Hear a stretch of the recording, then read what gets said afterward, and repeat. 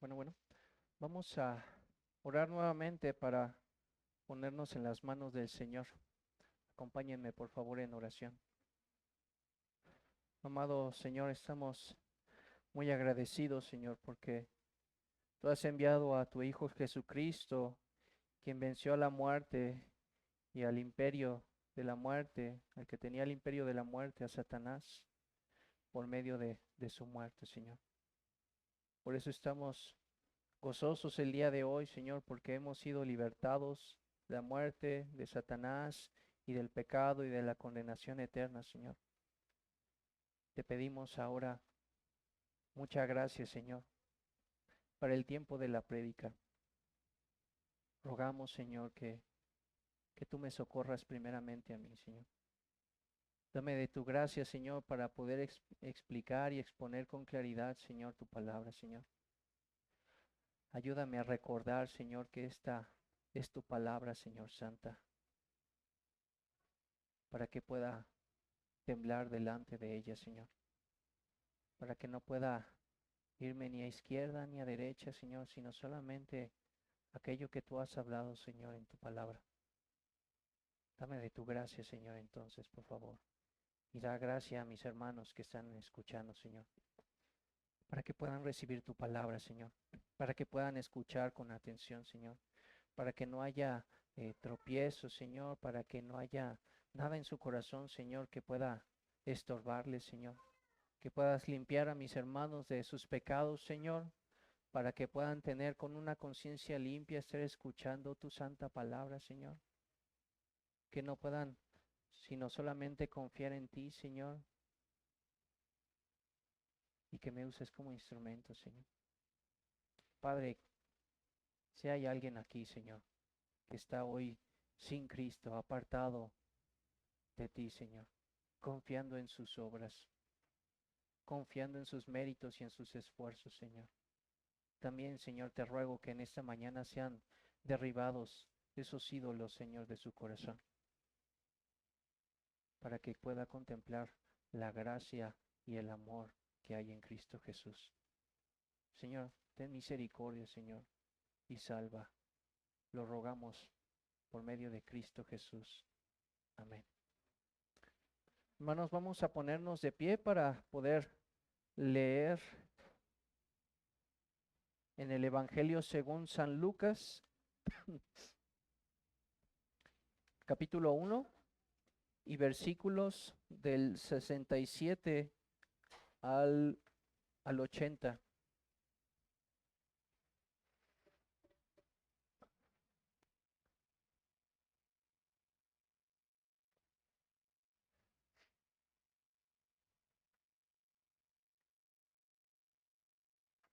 Dice de la siguiente manera: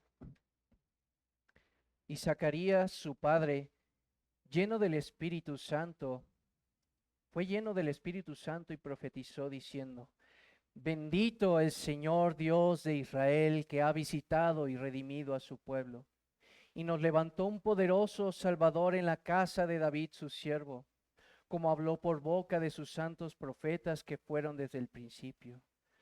Salvación de nuestros enemigos y de la mano de todos los que nos aborrecieron, para hacer misericordia con nuestros padres y acordarse de su santo pacto, del juramento que hizo a Abraham nuestro padre, que nos había de conceder que, librados de nuestros enemigos, sin temor le serviríamos en santidad y en justicia delante de Él todos nuestros días.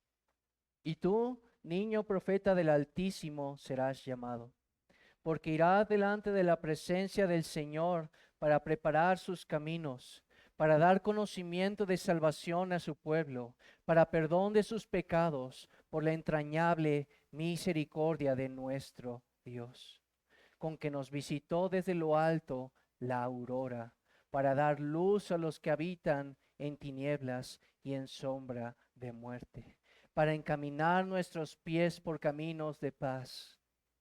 Y el niño crecía y se fortalecía en espíritu, y estuvo en lugares desiertos hasta el día de su manifestación a Israel. Pueden sentarse, hermanos, gracias.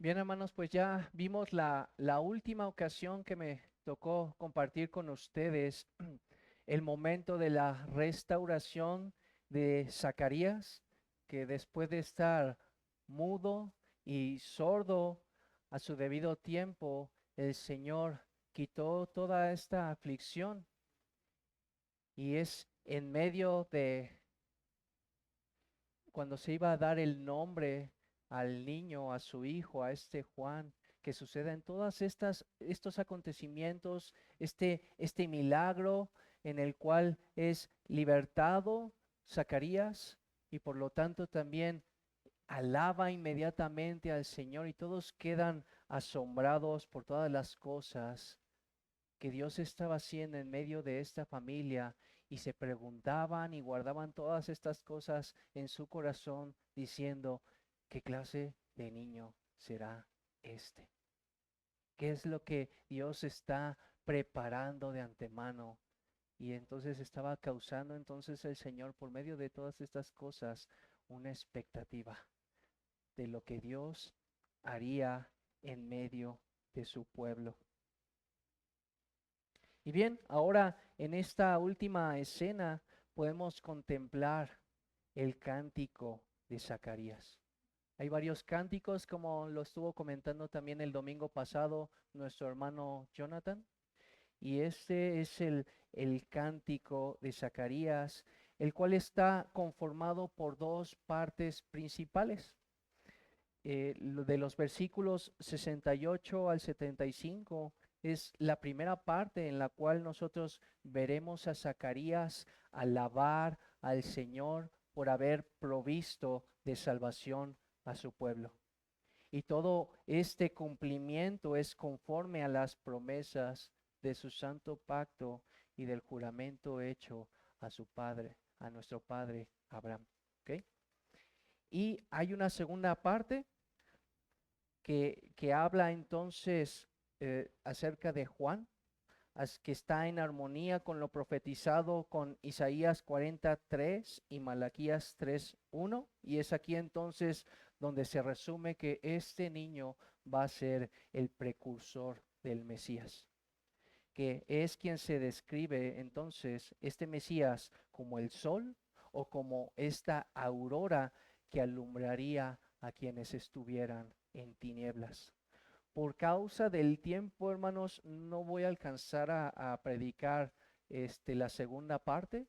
Entonces, esta mañana solamente nos vamos a dedicar a ver esta primera parte del cántico de Zacarías, que es esta alabanza al Señor porque ha provisto de esta salvación prometida y que todo esto es conforme entonces a las promesas dadas por Dios en su santo pacto y conforme al juramento que había hecho a nuestro padre Abraham.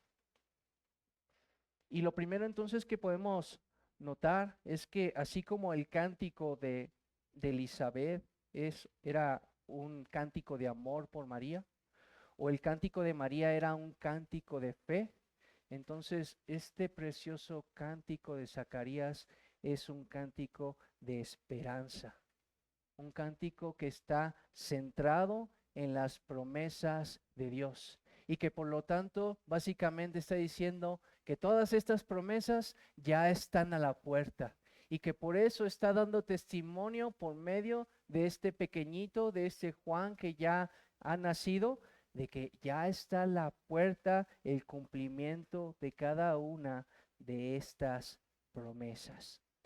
Y que también es un buen tiempo para poder alabar la fe de nuestros hermanos del Antiguo Testamento, porque ellos no contaban con la misma revelación que nosotros tenemos ahora. Ellos no tenían la claridad de la cual nosotros nos gozamos ahora como creyentes del nuevo pacto. Y sin embargo, ellos miraban todas estas promesas con santa expectación. Ellos esperaban el cumplimiento de las promesas dadas desde la antigüedad. Y su fe, amados hermanos, al igual que la nuestra, no reposa en cosas que son visibles. Su fe reposaba entonces en aquel que habría de venir. No en las cosas consumadas como nosotros ahora las vemos en Cristo, sino que ellos esperaban la llegada del Mesías, que Él es el que quitaría la maldición producto de la desobediencia de un solo hombre. Ellos esperaban entonces a este libertador, a este rey de Israel. No era entonces nutrida ni alimentada por las cosas que ellos veían continuamente, porque todas las cosas que ellos veían iban en contra de su fe. Ellos ya no veían un rey davídico gobernando sobre ellos. Ellos no veían un templo glorioso donde se manifestaba la santa presencia de Dios en medio de su pueblo. Ellos vivían en un momento de la historia donde su realidad más bien estaba llena de desolación y llena de desesperanza, donde ellos mismos habían probado cuán horrible era la gravedad de sus pecados. Y entonces lo único que podían abrazar eran esas promesas dadas por Dios, aunque su realidad parecía decirles exactamente todo lo contrario. Y es en ese sentido que tenemos entonces nosotros mucho que aprender. Si ellos, hermanos, pudieron aguardar con esperanza la llegada del Mesías con menos revelación, y eso era suficiente para nutrir su fe, y eso era suficiente para alentar sus corazones por medio de todas estas promesas, ¿cuánto más entonces nosotros ahora que contamos con la revelación completa, con la palabra hecha carne? ¿Cuánto consuelo entonces tú y yo podemos recibir si dedicamos tiempo para contemplar y meditar en Cristo y en su obra? ¿Cuánta alabanza puede brotar entonces de nuestros labios si nuestras mentes y nuestros corazones son alumbrados con la claridad del Evangelio que tenemos en este día? ¿Sí lo ven, hermanos? Porque por eso vemos tantos cánticos y tantas alabanzas, y eran hermanos del antiguo pacto que esperaban en esas promesas. Y nosotros simplemente al momento de estarlos viendo y al momento de empezar a contemplar cada una de las promesas que están siendo cumplidas en Cristo, tú y yo también podemos gozarnos juntamente con ellos. Pues bien, hermanos, una vez dicho esto, comencemos con la primera parte del cántico de Zacarías. Y lo primero que nos dice es, y Zacarías, su padre, fue lleno del Espíritu Santo y profetizó diciendo. Entonces, este cántico, lo primero que nos dice las Sagradas Escrituras es que es una profecía que está siendo hablada bajo la dirección del Espíritu Santo de Dios. Así como los demás cánticos que hemos estudiado, por ejemplo, el cántico de Elizabeth, que Elizabeth fue llena del Espíritu Santo en cuanto escuchó la voz de María, y que entonces brincó el bebé en su vientre y fue llena del Espíritu Santo y pudo saber cada una de las cosas que había acontecido con María sin necesidad de preguntarle. De la misma manera, Él está profetizando, Él está siendo dirigido por el Espíritu Santo de Dios. Él está siendo impulsado. ¿sí? No solamente es un cántico de alabanza, sino que es un cántico profético, donde Zacarías está siendo utilizado como un instrumento en las manos del Dios Altísimo, como si Zacarías fuera un violín que Dios está haciendo sonar las melodiosas notas del Evangelio, de la llegada del Mesías, para anunciar que esas promesas preciosas están a punto de cumplirse. No es una simple predicción llana y vacía. No es que Zacarías entonces se le voltearon los ojos en blanco y empezó a decir todas las cosas y verdades y realidades de las promesas del advenimiento del Mesías.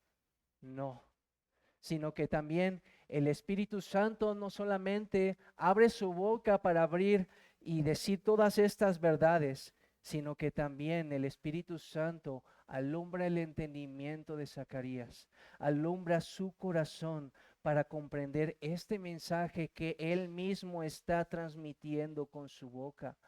El Espíritu Santo está ensanchando su corazón y llenándolo de sumo gozo, de amor y de alabanza por su Señor, de su Dios que ha cumplido las promesas a su pueblo. Zacarías entonces está entregando un mensaje de parte de Dios. Por eso nos está diciendo que Zacarías está profetizando. Porque, amados hermanos, Dios no solamente cumple a su debido tiempo con cada una de sus promesas, sino que juntamente con el cumplimiento de su voluntad, Dios profetiza hablando la verdad, porque Él interpreta de manera correcta las cosas que están aconteciendo. Sí, mis amados hermanos, es como por ejemplo en los tiempos de Noé, una vez, por ejemplo, el arca, está siendo construida el arca y también hay una interpretación de lo que está sucediendo allí. Porque tú y yo podemos sacar muchas conclusiones, pero Dios no solamente es el que está cumpliendo con su voluntad, sino es aquel que está interpretando las cosas de la manera correcta. Esta arca es porque va a venir un diluvio. Y por eso entonces Noé era un pregonero de justicia, diciendo a los hombres que se arrepintieran. Porque también cada uno de los profetas, cuando Dios les mandaba hacer algo, precisamente lo que el pueblo decía muchas veces es, ¿qué significa lo que tú estás haciendo? Es decir, interprétame lo que significa lo que tú estás haciendo. Y por eso Dios no solamente en el momento en el que Él está hablando, entonces Él está interpretando las cosas que están sucediendo de manera correcta, para que nosotros podamos entenderlo y darle el sentido correcto a las cosas que están aconteciendo. Pero además Zacarías está profetizando en el sentido en el que él está prediciendo lo que ha de cumplirse en un futuro cercano. También en ese sentido, eso significa que Zacarías está profetizando, que va a cumplirse algo. Y por eso vemos a lo largo del cántico de Zacarías cosas que están o implícitamente un futuro ahí cercano, o cosas que sí dice literalmente que se van a cumplir en el futuro. Por ejemplo, en los versículos 74 y 75 dice, librados de nuestros enemigos, sin temor les serviríamos. Eso está implicando un futuro, que una vez que el Señor liberte, entonces sin temor le serviría su pueblo. Y por eso también dice, delante de Él o delante de su presencia todos nuestros días. Pero también es más explícito, hay otras partes de este cántico que es más explícito. En la segunda parte, por ejemplo, dice, tú, hijo mío, serás llamado, hablando en tiempo futuro. Y hablando también de ese mismo hijo, irás delante de la presencia de Dios. donde entonces el Señor está prediciendo que este Juan iría adelante como el profeta del Altísimo, anunciando la llegada del Mesías. Y después de esto, una vez que nos dice las Escrituras que Zacarías fue lleno del Espíritu Santo y profetizó, nos dice que hay una alabanza de parte de Zacarías. Él dice, bendito el Señor Dios de Israel. Y por eso es que este cántico es conocido como Benedictus. Y esto es debido a la primera palabra en la versión latina.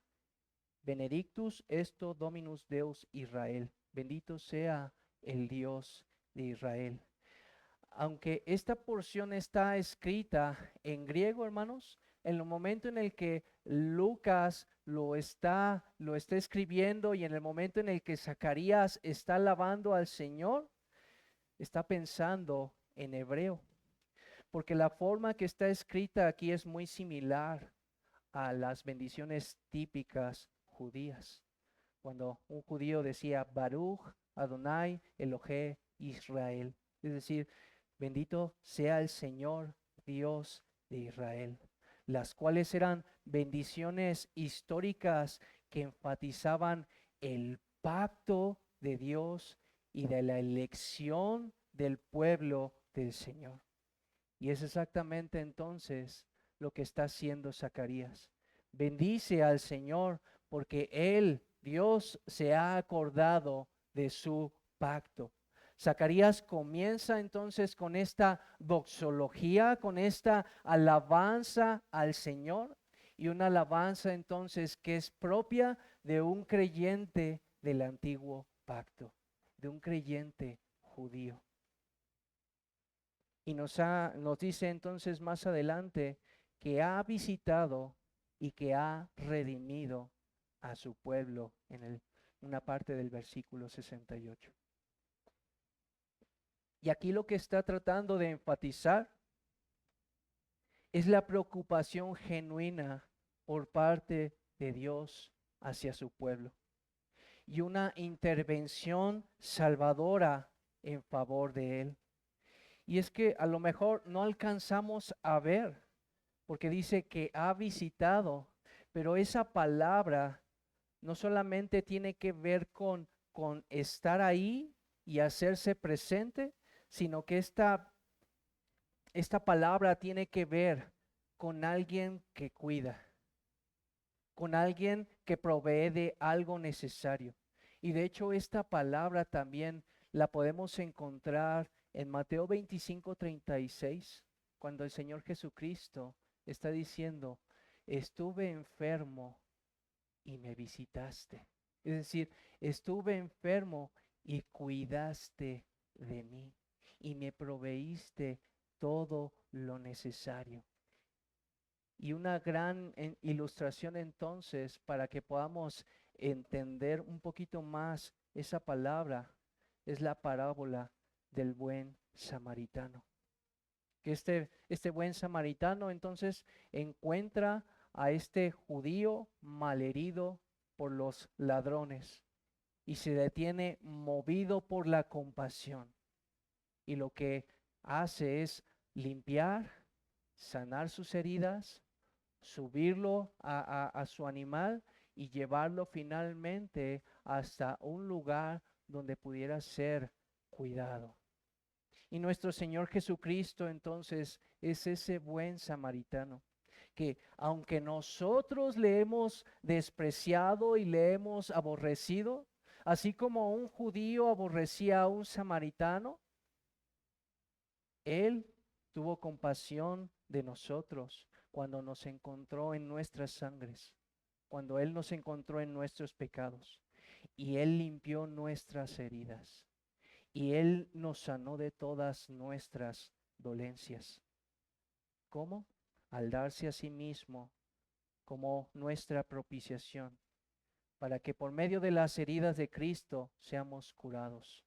Y el Señor nos ha visitado para proveer entonces todo lo necesario para lograr la salvación de su pueblo. Por eso nos está diciendo que nos ha visitado. Nos ha visitado y nos ha rescatado a nosotros para que formemos parte de su pueblo. Pero no solamente nos dice eso, también nos dice que levantó un poderoso Salvador en la casa de David, su siervo. Y aquí nos está diciendo entonces que Dios era el que redimiría a su pueblo y nos está diciendo cómo. Nos está diciendo levantándonos un poderoso Salvador de la casa de David.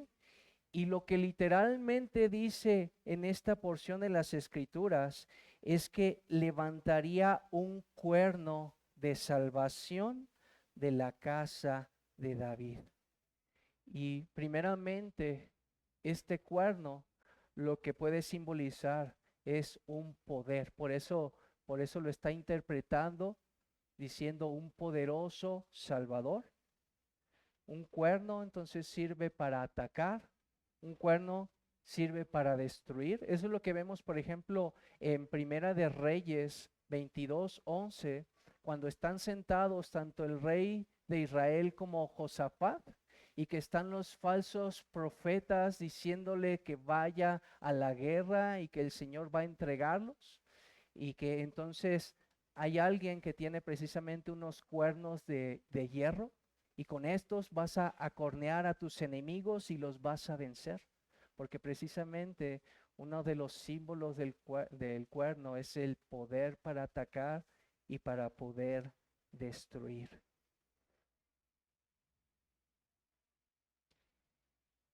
Y es Jesucristo por medio de sus sufrimientos y por medio de su muerte sustitutiva en aquella cruz que Él vence y Él destruye el poder de Satanás. Eso es lo que dice Hebreos 2:14. Así que por cuanto los hijos participaron de carne y sangre, Él también participó de lo mismo para destruir por medio de la muerte aquel que tenía el imperio de la muerte, esto es, al diablo. Y otra parte de las escrituras en Colosenses 2:14 al 15, nos está diciendo entonces que anulando el acta de los decretos que había en contra nuestra, que nos era contraria, la quitó de en medio, clavándola en la cruz y despojando a los principados y a las potestades, y los exhibió públicamente, triunfando sobre ellos en la cruz. La parte que tienen en común estos dos versículos es la muerte de Cristo. Es solamente a través entonces del Cordero de Dios que tiene el poder efectivo para anular y destruir el poder de las tinieblas, para poder traer liberación, salvación al pueblo del Señor. Es lo mismo que estuvimos viendo providencialmente en Oseas 13. Oh muerte, yo seré tu muerte. Es por medio de la muerte de Cristo que puede ser anulado eficazmente el poder de Satanás sobre aquellos que creen en el unigénito Hijo de Dios.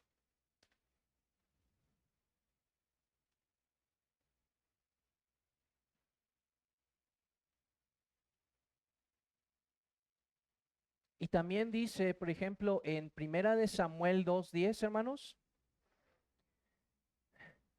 nos habla, por ejemplo, en el cántico de Ana, al final, dice, delante de Jehová serán quebrantados sus adversarios, y sobre ellos tronará desde los cielos.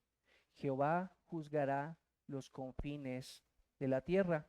Y aquí es precisamente lo que está diciendo. Dará poder a su rey y exaltará el poderío de su ungido. Y esa palabra poderío también es cuerno. Exaltará el cuerno de su ungido. Es decir, Dios levantaría y pondría en alto o exaltaría hasta lo sumo el cuerno de su ungido. Y es precisamente lo que Pablo describe acerca de Cristo, que al lograr la reconciliación entre nosotros y Dios y al destruir sus enemigos, se le ha otorgado un lugar que es sublime. Se le ha otorgado un nombre que es sobre todo nombre. Se le ha otorgado todo dominio, todo poder y toda autoridad como el legítimo Rey de Israel, como el Señor y Dios nuestro. Entonces, eso es lo que significa al momento que está diciendo que se ha levantado un poderoso Salvador, no solamente para atacar y para destruir y anular efectivamente lo que era contrario a nosotros por medio de su muerte, sino que también al mismo tiempo nos está hablando de aquel que tendría todo dominio, toda autoridad, porque Él es el legítimo Rey de Israel.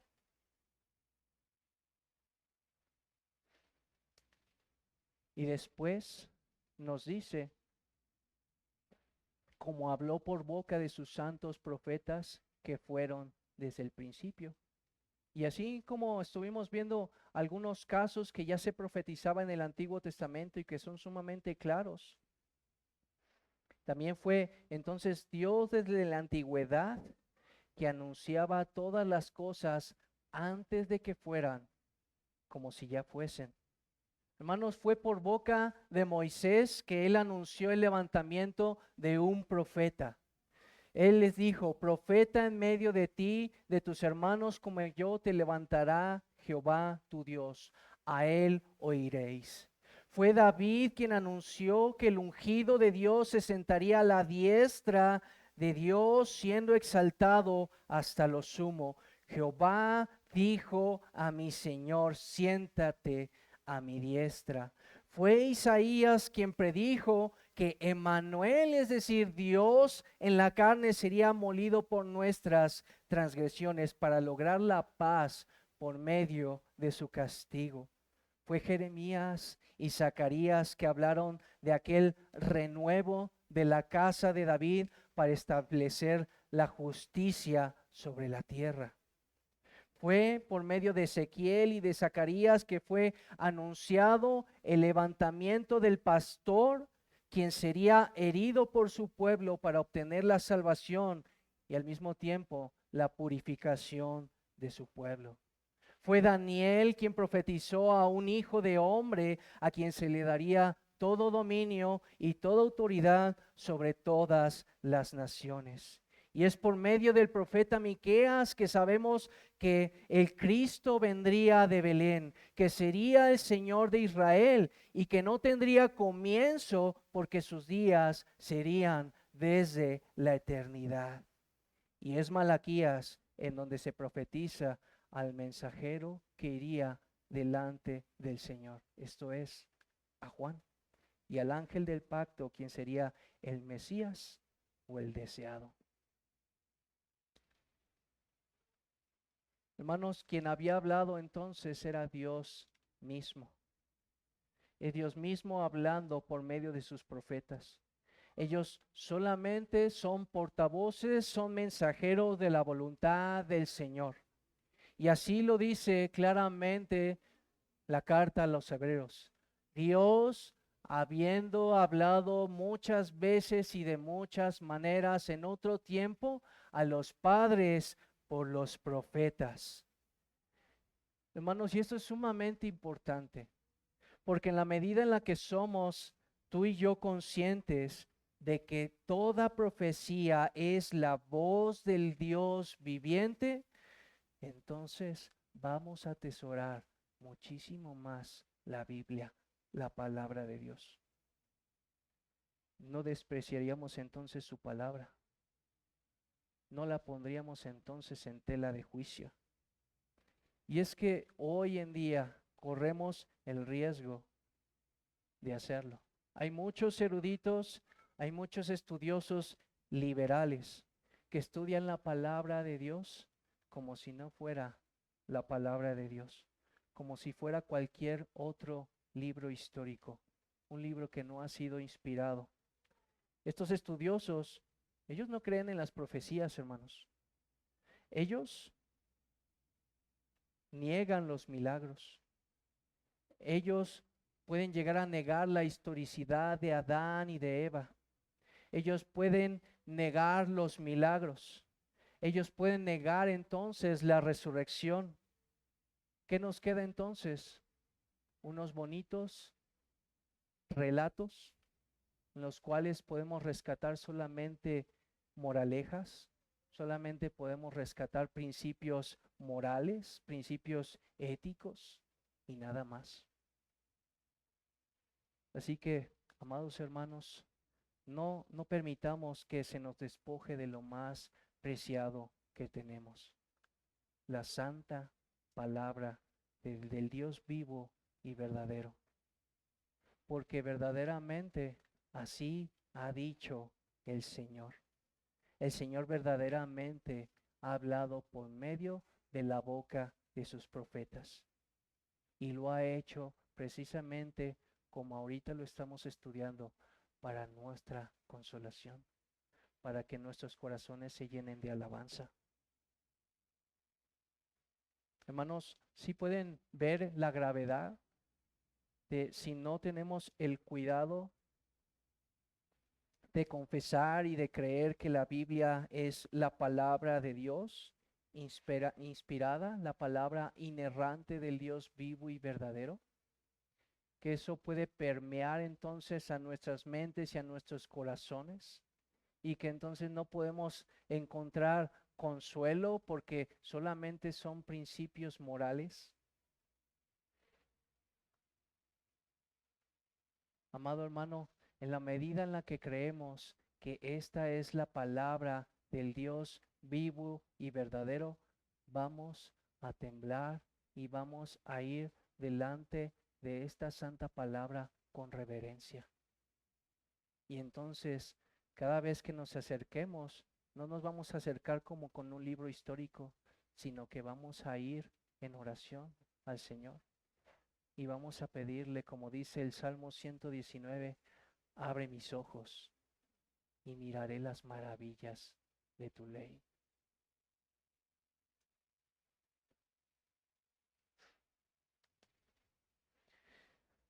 Siguiendo con los versículos, hermanos,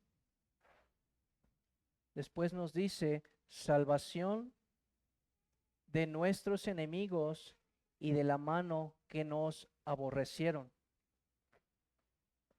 Ya hemos hablado implícitamente de este tema, hermanos, pero vale la pena dejarlo claro. Y es que podemos hacernos las siguientes preguntas. ¿Qué tipo de salvación espera el pueblo de Dios? ¿O quiénes son realmente los enemigos de los cuales deberían de ser librados? ¿Acaso, como muchos judíos esperaban, era una liberación política? Porque realmente eso pasó en la antigüedad. Por eso fueron levantados muchos jueces, hermanos. Pero el problema principal no eran que fueran libertados de esa opresión. Ellos habían sido sometidos a otros pueblos paganos por causa de su pecado.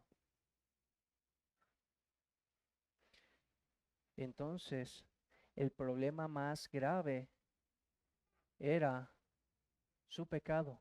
Ellos deberían de ser librados de su maldad. Ellos deberían de ser perdonados de todos sus pecados y ser limpiados de sus inmundicias. Eso es lo que dice las Sagradas Escrituras en el Antiguo Testamento. Miren cómo dice Zacarías 13:1. En aquel tiempo habrá un manantial abierto para la casa de David y para los habitantes de Jerusalén, para la purificación del pecado y de la inmundicia.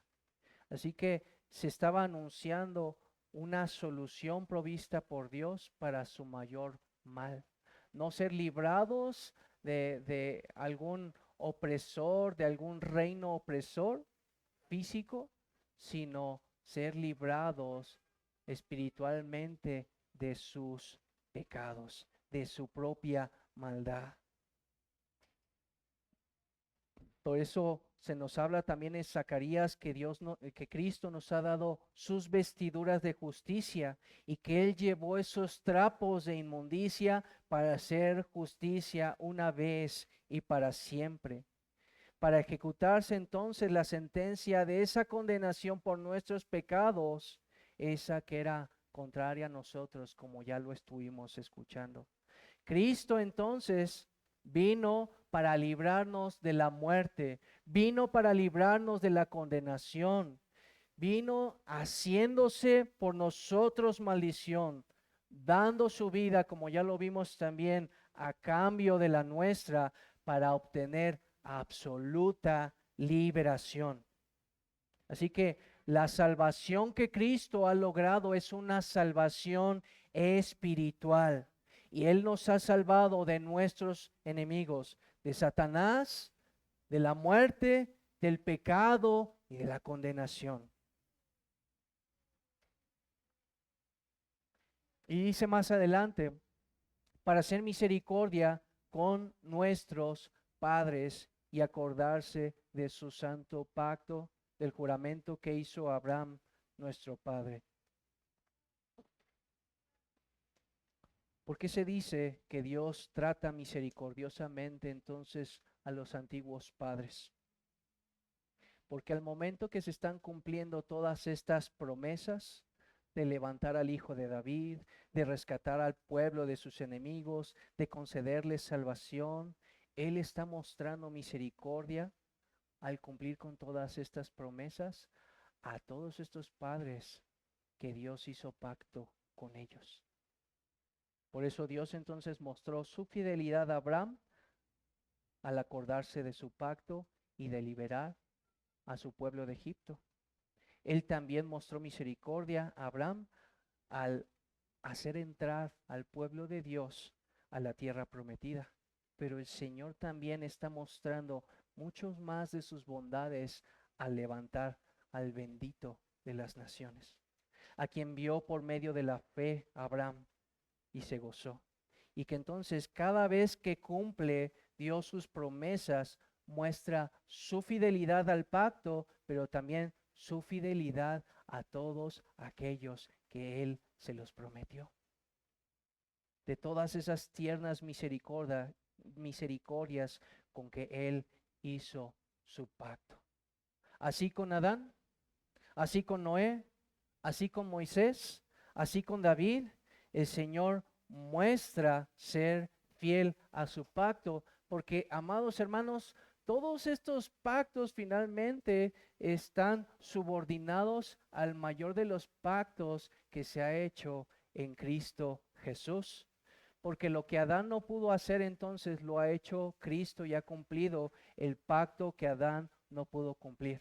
Porque el pacto que se le prometió entonces a Noé, que por cierto Noé significa reposo, entonces se cumple plenamente en Cristo porque Cristo es nuestro verdadero reposo. Al pacto mosaico, porque todas estas sombras se cumplen perfectamente. Todos estos sacrificios se cumplen en el verdadero sacrificio que es Cristo Jesús.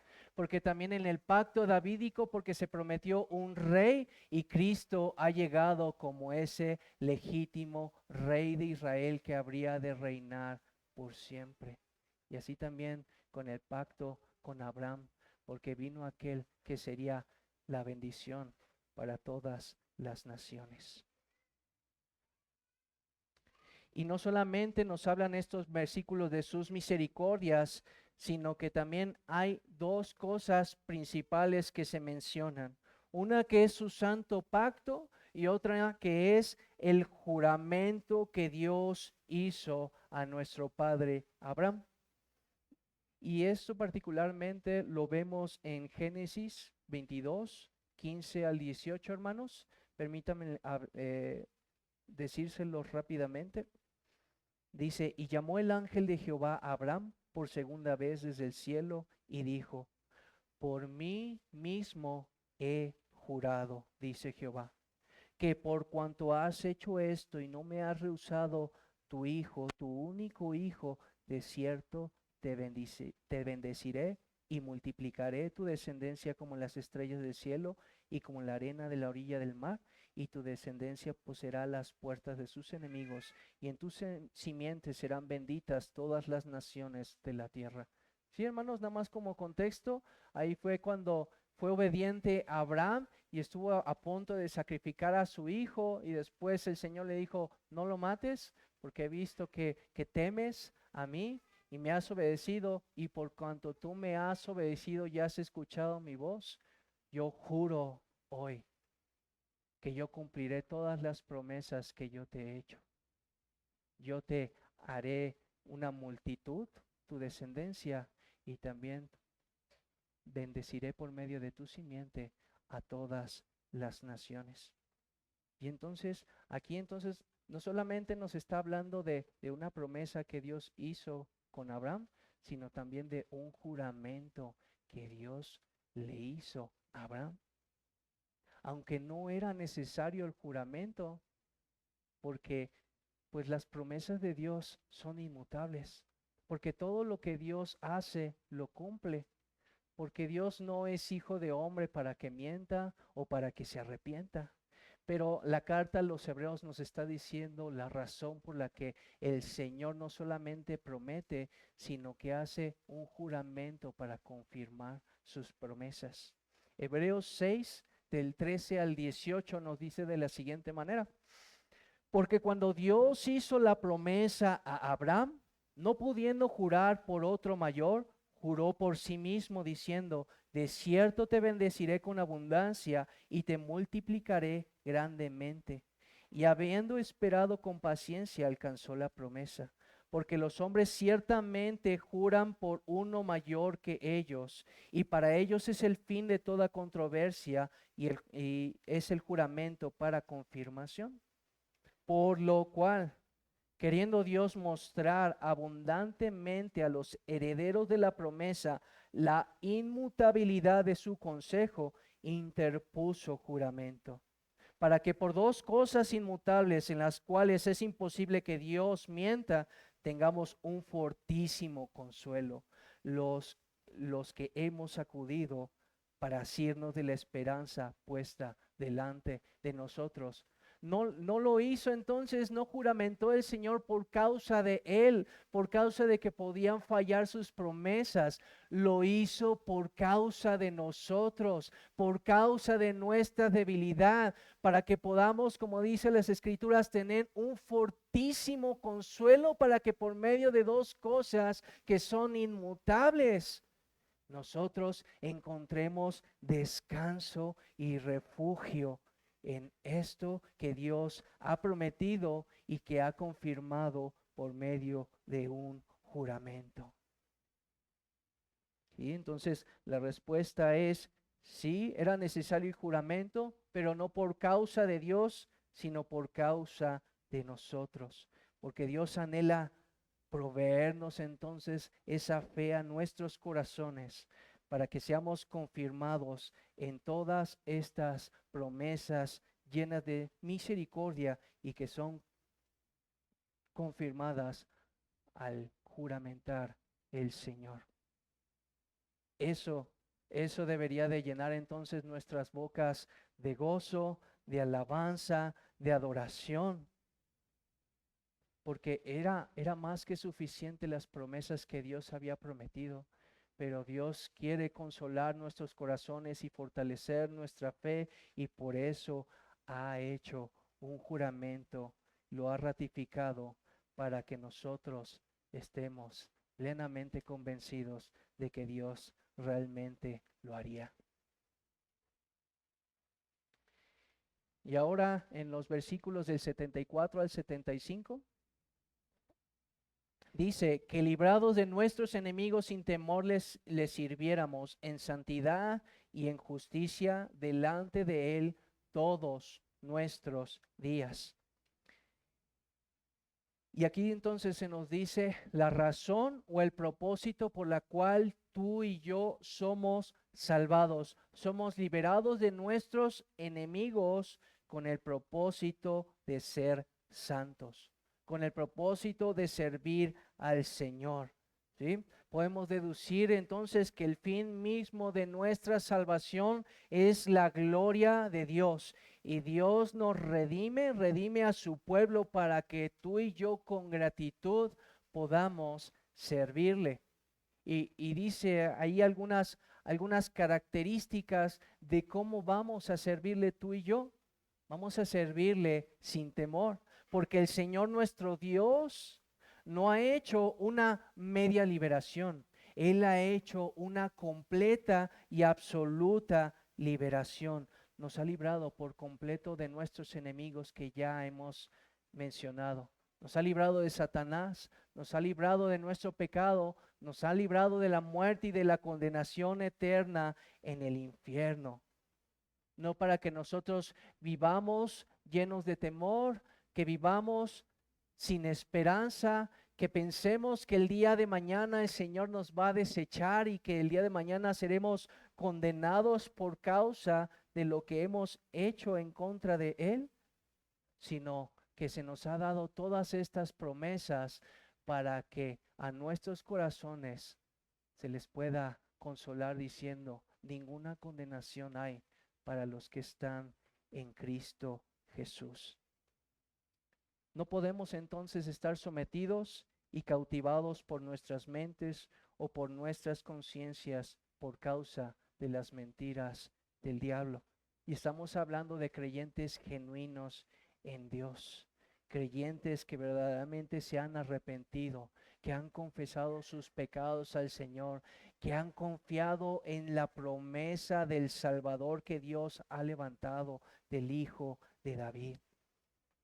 Hermanos, Satanás ya no puede acusarnos delante de Dios como se vio en la revelación de Zacarías, que estaba Satanás acusando a este sumo sacerdote, y que entonces Cristo lo que hace es un intercambio de esas vestiduras que eran inmundas por unas vestiduras limpias. Satanás ya no puede acusar al creyente delante de Dios, pero sí puede seguir acusándonos a nosotros en el tribunal de nuestras conciencias.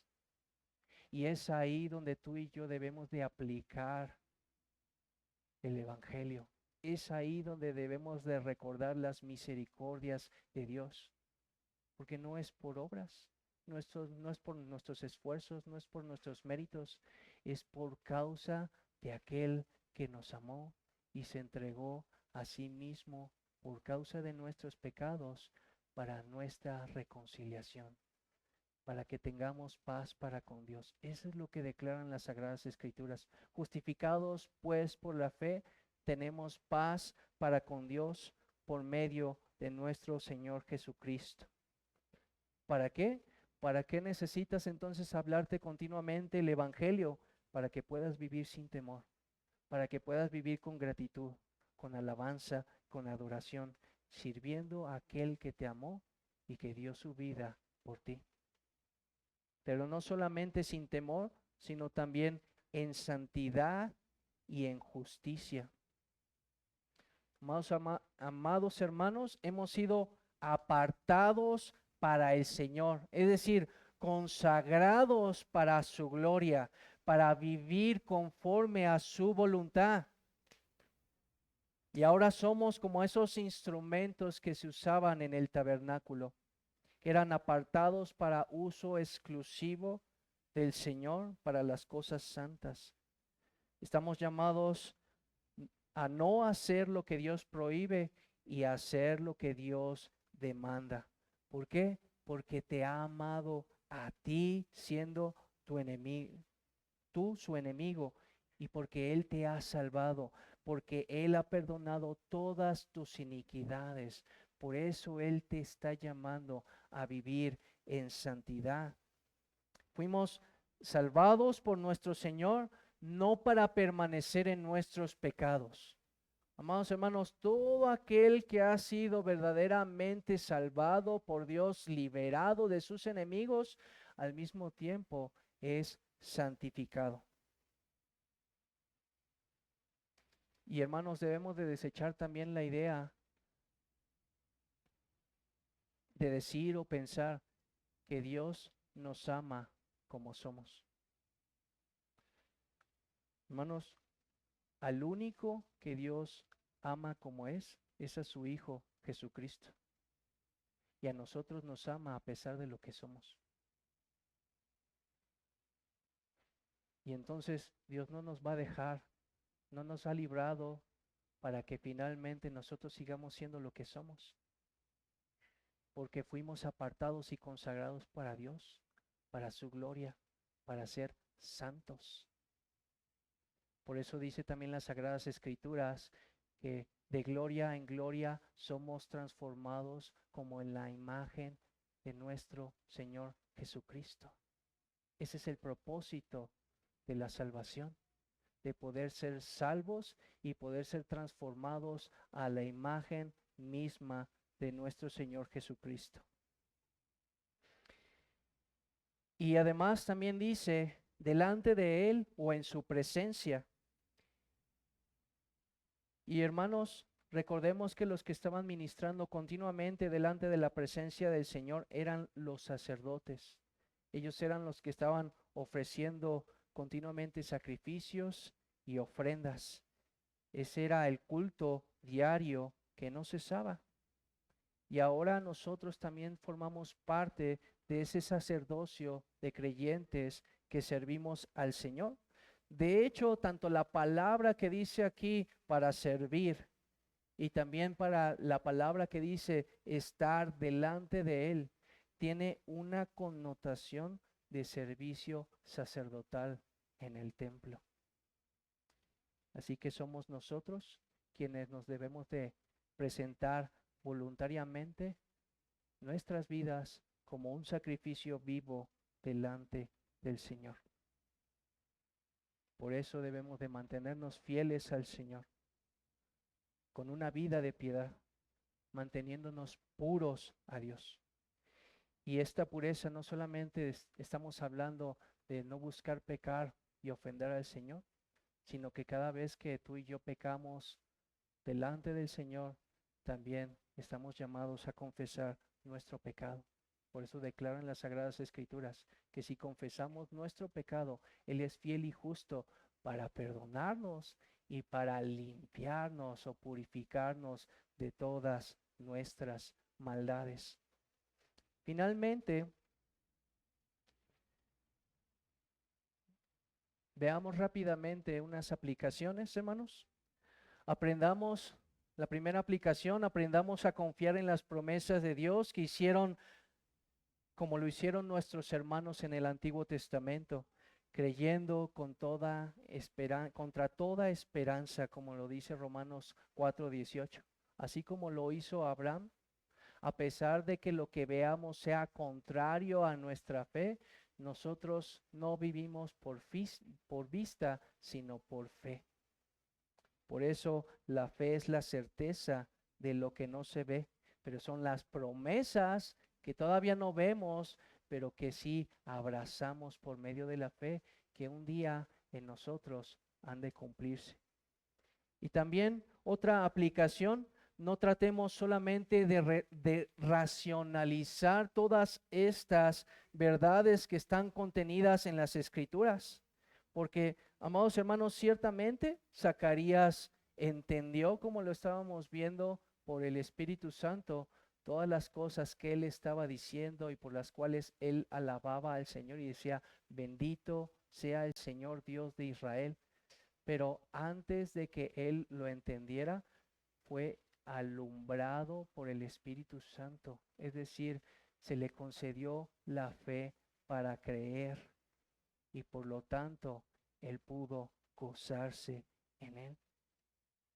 Entonces, para ser salvo, amado amigo que nos visitas No solamente se trata entonces de racionalizar todas estas verdades, no solamente implica razón, se requiere fundamentalmente de fe para creer en lo que está revelado en su palabra.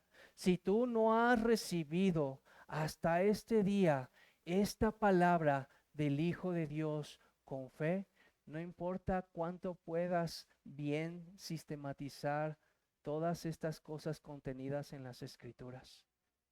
Si tú no crees que Cristo es el Hijo de Dios, si tú no crees que lo que Cristo hizo en aquella cruz lo hizo por ti, si tú no crees que ciertamente tus pecados son perdonados en Cristo Jesús, de cierto morirás, de cierto perecerás.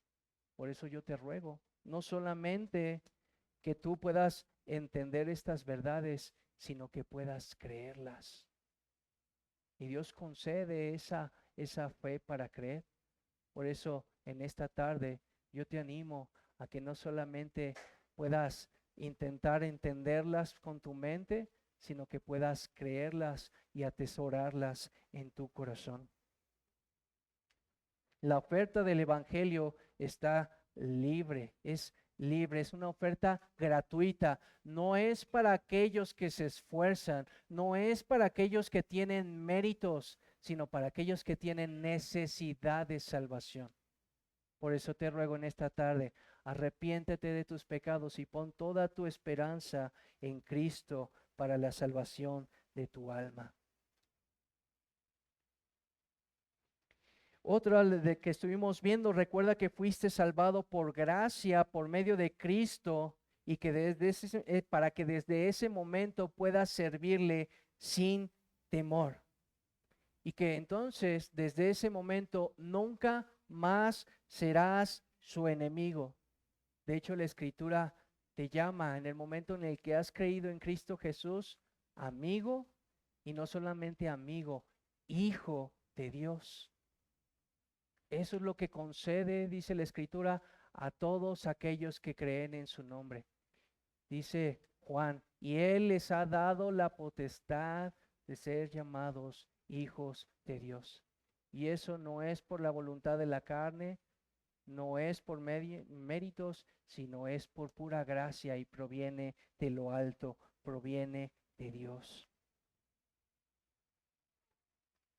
Así que este día no esté lleno de temor tu corazón, sino más bien que esté lleno de alabanza, porque Cristo ha hecho una liberación completa, una reconciliación plena, para que el día de hoy puedas tener paz para con Dios.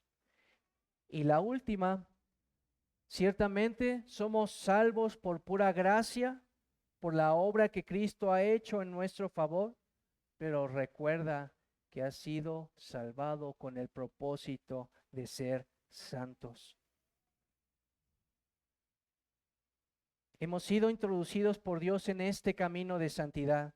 Cristo no es solamente tu Salvador, Cristo es tu Señor, es tu Dios, es tu Rey, es aquel que el Padre ha levantado y ha exaltado hasta lo sumo para que ante el nombre de Jesús se doble toda rodilla en los cielos, en la tierra, debajo de la tierra, y que toda lengua confiese que Jesucristo es Señor y Dios. Amado amigo, entonces, no solamente Cristo es Salvador de los hombres, es Señor, es gobernador, es Rey. A Él le debes obediencia. Si dices que es tu Salvador, pero no puedes obedecerle, si no sientes dolor por tu pecado que ofende a Dios, si no tienes deseo de arrepentirte, es necesario que te examines a ti mismo para saber si realmente estás en la fe. Porque o eres un creyente sumamente endurecido por causa de tu pecado, por causa de tu negligencia, por causa de tu desobediencia, o en el peor de los casos, solamente eres un incrédulo que se está engañando a sí mismo. Porque solamente estás usando el Evangelio como una oportunidad para pecar y no sufrir las consecuencias. ¿Y sabes cómo exhortó contundentemente el Señor Jesús a esta clase de personas? No los apapachó, no les dijo, calma, calma, ya con el tiempo irás aprendiendo. ¿Sabes cómo les dijo? Les dijo de la siguiente manera: serpientes, generación de víboras, ¿cómo escaparás de la condenación del infierno? Oh amado amigo, no desprecies las bondades del Señor. Oh amado amigo, no utilices el Evangelio como una gracia barata. Oh amado amigo, no pisotees la sangre del Santo Hijo de Dios, porque ten por seguro que el Señor te condenará. Porque ten por seguro que si no te arrepientes en este momento, sufrirás pena de eterna perdición. Por eso te ruego en esta tarde, arrepiéntete de tus pecados y pon tu esperanza en el Señor, porque Dios salva a los hombres para su gloria, para consagrarlos y para hacerlos santos delante de su gloria con gran alegría. Amén, hermanos. Pues vamos a orar para concluir. Amado Señor, cuántas gracias te damos, Señor, por tu palabra.